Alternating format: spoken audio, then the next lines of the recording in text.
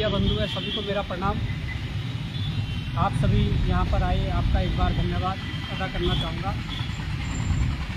आज उत्तराखंड प्रदेश में जो उत्तराखंड आंदोलन बनाने के समय जो उत्तराखंड की परिकल्पना थी कि हमारे ये एक प्रदेश बनेगा, उस प्रदेश में पलायन रुकेगा, उस प्रदेश में रोजगार मिलेगा।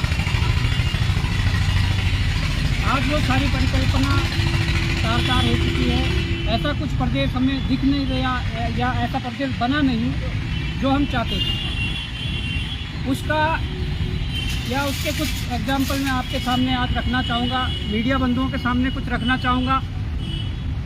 किसी भी प्रदेश में देखिए, जो मुख्यमंत्री के कुछ घोषणाओं की जो बात हमारे पीयूष भाई ने कह दी है कि किस प्रकार की घोषणाएं की थी विधानसभा के अंदर, जो उन्होंने घोषणा की थी मुकदमे वापस लेने को लेकर, वो भी हुए नहीं। और उस जो हमारी विधानसभा की जो गरिमा है उसे तार किया है। परंतु सबसे बड़ा जो मुद्दा है वो मैं आपके सामने रखना चाह रहा हूँ कि यहाँ पर उत्तराखंड प्रदेश के अंदर अभी एक भर्ती गतिमान है, जिस भर्ती का नाम है नर्सिंग अधिकारी। उस नर्सिंग अधिकारी भर्ती में वो पद ग्रुप सी के अंतर्गत आता है। और किसी भी प्रदेश में ग्रुप सी के जितने भी पद होते हैं या ग्रुप सी के अंतर्गत आने वाली जो भी नौकरियां होती है, वहाँ के युवाओं को प्राथमिकता दी जाती है, वहाँ के युवाओं का ही उसमें सिलेक्शन किया जाता है। परंतु बड़े दुर्भाग्य के साथ ये कहना पड़ रहा है, कि हमारे इस नर्सिंग भर्ती में उत्तराखंड प्रदेश के बाहर के लोग बड़ी मात्रा में इसमें आवेदन कर चुके हैं। मैं आपको ये जो बताता हूँ, ये कोई हमने डाटा तैयार नहीं करा है या हमने ये लिस्ट नहीं बनाई है। ये आरटीआई के द्वारा मांगी गई एक लिस्ट है जिसमें ये ब्यौरा दिया गया है। ये ग्रुप सी का पद तो है, परंतु इसका जो पे ग्रेड है वो 4600 है, इसलिए इसमें मारामारी है। अब इसके पीछे बड़ा कारण क्या है, इन आवेदनों के पीछे बड़ा कारण क्या है, वो मैं आपको बताता हूँ।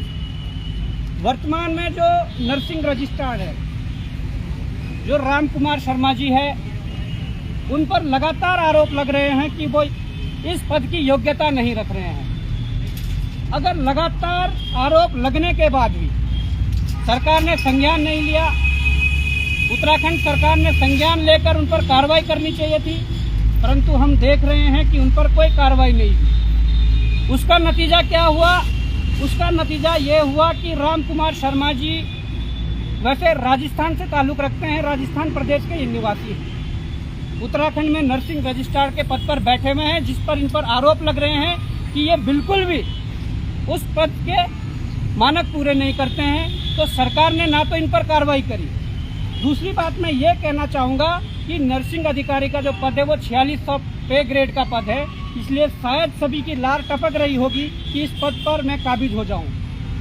इस होड़ में उत्तराखंड प्रदेश से बाहर के जो लोग हैं, आप अगर एड्रेस देखोगे, यहाँ पर देखिए, विजय पूनिया, पिता का नाम श्री अमरपाल पूनिया, ज्ञान सरोवर कॉलोनी, उदेला रोड, धौलपुर राजस्थान। सुबीर सिंह यादव, श्री बस्ती राम सिंह यादव, ग्राम लाडपुर, पोस्ट ऑफिस हरसर, जिला अलवर, राजस्थान। तो ये मैं कुछ एग्जाम्पल देना चाह रहा हूँ और ये लिस्ट बहुत लंबी है, ऐसी लिस्ट बहुत लंबी है। और मैं इसलिए कह रहा हूँ कि जो नर्सिंग रजिस्ट्रार है, मैंने अभी कहा था कि ये ताल्लुक राजस्थान से रखते हैं, और इन पदों पर जो बाहरी प्रदेश के लोग हैं वो अधिकतर राजस्थान, यूपी के लोग जिन्होंने इस फॉर्म को भरा है। अब वो लोग कहेंगे या सरकार कहेगी या कुछ सरकार के अधिकारी कहेंगे या खुद राम कुमार शर्मा नर्सिंग जो रजिस्ट्रार है वो कहेंगे कि इन्होंने कोर्ट में याचिका डालकर अपने लिए पद पर भरने के लिए इन्होंने अपने लिए कोर्ट से आदेश लाए हैं। तो मैं उत्तराखंड सरकार से कहना चाहता हूँ, मैं प्रदेश के मुख्यमंत्री धामी जी से कहना चाहता हूँ, जब इस प्रकार की घटनाएं होती है, जब इस प्रकार से हमारे प्रदेश के युवाओं के साथ छलावा होता है, इस आदेश के बाद, कोर्ट के इस आदेश के बाद सरकार ने क्या कदम उठाए कि यहाँ के युवाओं को संरक्षण दे सके। यहाँ के उन युवाओं को जो पहाड़ के इस दूरस्थ पहाड़ के किसी गांव से आते हैं, जिन्होंने बचपन से लेकर तमाम प्रकार की जो चीजें हैं वो झेली है, उन युवाओं के साथ इस प्रकार का छलावा मैं आज उन आंदोलनकारियों से कहना चाहता हूं, जिन्होंने उत्तराखंड आंदोलन में सक्रिय भूमिका निभाई है। मैं आज उन आंदोलनकारियों की आत्माओं से पूछना चाहता हूं, जिन लोगों ने 42 सालों के बाद उत्तराखंड प्रदेश को बनाया, मैं आज उनकी आत्माओं से भी पूछना चाहता हूं, क्या इस प्रदेश के लिए आपने ये शहादतें दी थी? क्या इस प्रदेश के लिए हमारे आंदोलनकारियों ने गोलियां खाई थी? क्या इस प्रदेश के लिए जेल भरो आंदोलन हुए थे? इस प्रदेश के लिए जहां पर ग्रुप सी के पद पर बाहरी प्रदेश के लोग आकर बैठ रहे हैं। अब प्रश्न यहां पर खत्म नहीं होता है। मैं कहता हूं कि जो इन्होंने फॉर्म भरा है, इनकी नियुक्तियां भी होंगी।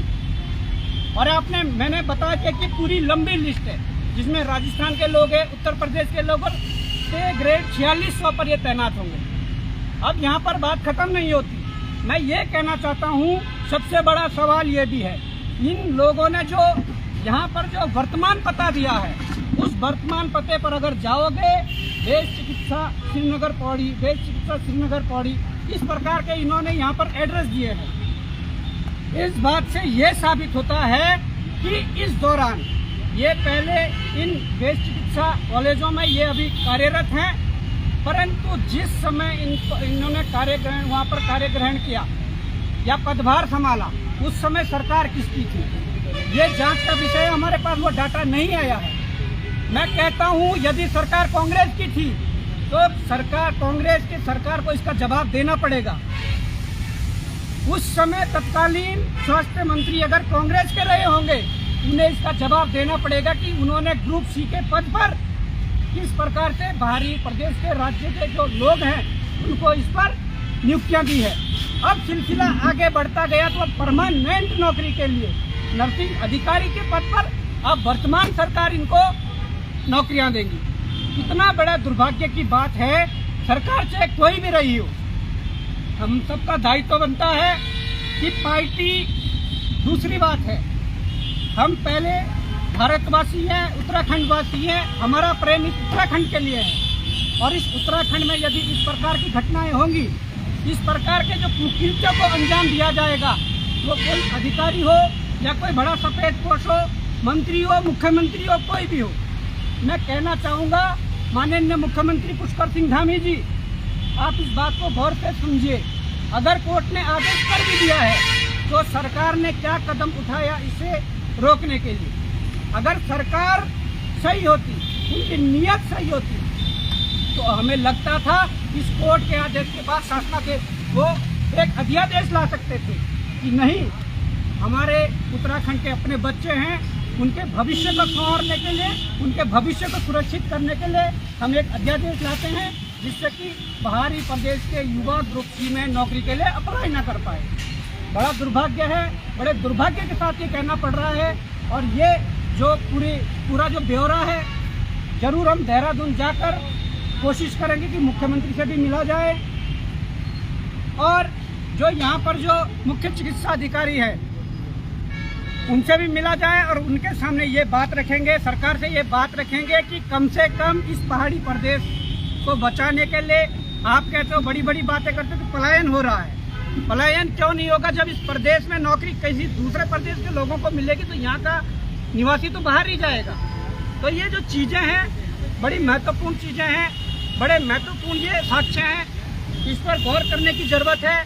और इन बाहरी प्रदेश के जो ग्रुप सी में यहाँ पर एंटर हो रहे हैं, इनको रोकने की ज़रूरत है। इनको रोकने की शक्ति, पावर सरकार के हाथ में है। सरकार चाहे अध्यादेश लाए या कुछ भी लाए, परंतु इन्हें रोकना है और इनकी जगह हमारे प्रदेश के युवाओं को यहाँ पर नौकरी मिले, ये हम चाहते हैं। दूसरी बात, मैं कल अल्मोड़ा में था, तो हमारे उत्तराखंड के कुछ चुनिंदा कॉलेज हैं, जिसमें से एक कॉलेज हमारे शोभन सिंह जिन्ना विश्वविद्यालय परिसर अल्मोड़ा जो है, एक वो कॉलेज और एक आधा और कॉलेज है जिसमें BFA जो कोर्स है वो करवाया जाता है, बैचलर ऑफ फाइन आर्ट्स, जिसमें 4 वर्ष का जो उनका डिप्लोमा होता है, डिग्री होती है, उसमें 4 वर्ष का कोर्स करवाया जाता है, जो कि कला के सहायक अध्यापक के लिए वो एलिजिबल होते हैं। परंतु वर्तमान में 2-4 दिन पहले अभी कोई कोर्ट का जजमेंट आया जिसमें सहायक अध्यापक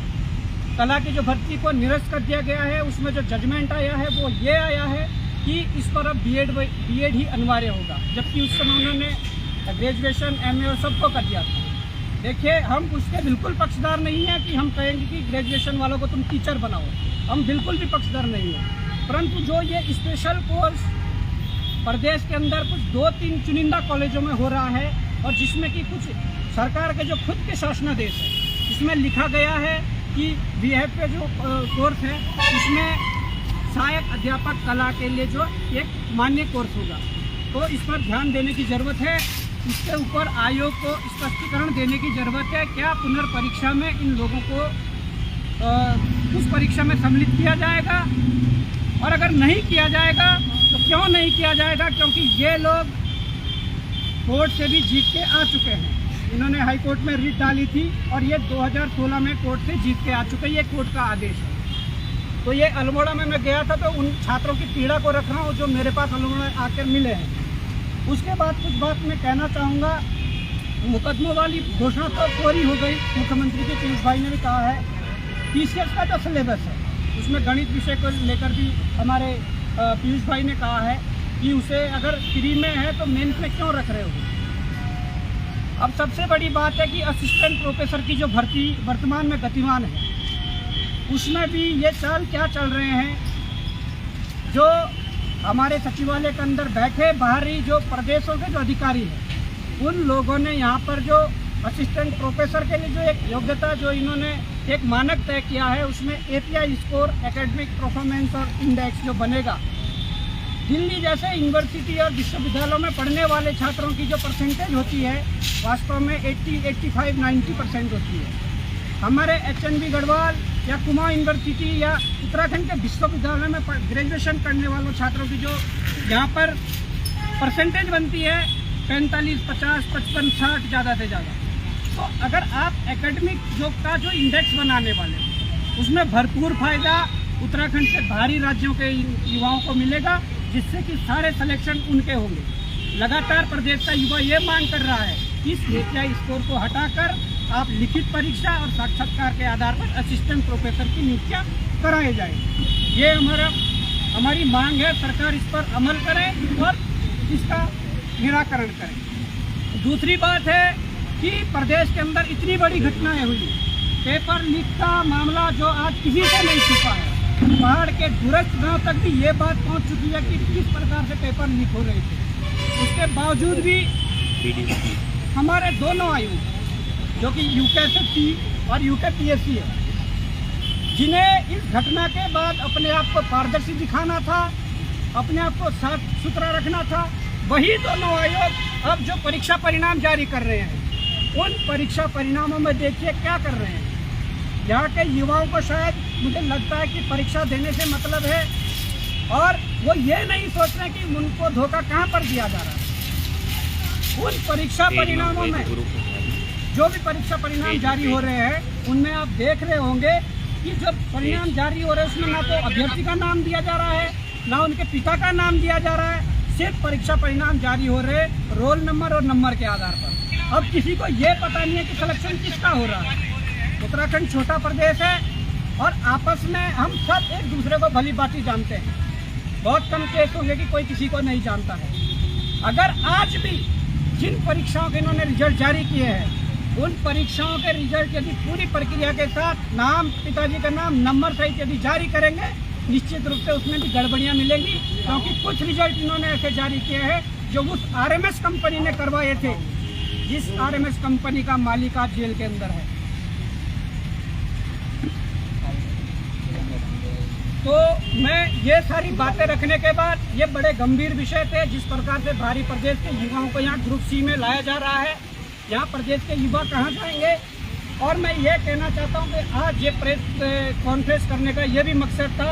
हमारे सभी साथी जो लगातार विभिन्न मुद्दों पर संघर्षरत है और संघर्ष कर रहे हैं, इन सभी ने ये तय किया है इस प्रदेश की बेहतरी के लिए, इस प्रदेश की कोई भी प्रदेश हित के मुद्दे पर एक साथ खड़े होकर भविष्य में हम सब लड़ाई लड़ेंगे और इस प्रदेश को आगे बढ़ाएंगे। बहुत बहुत धन्यवाद आप सभी का।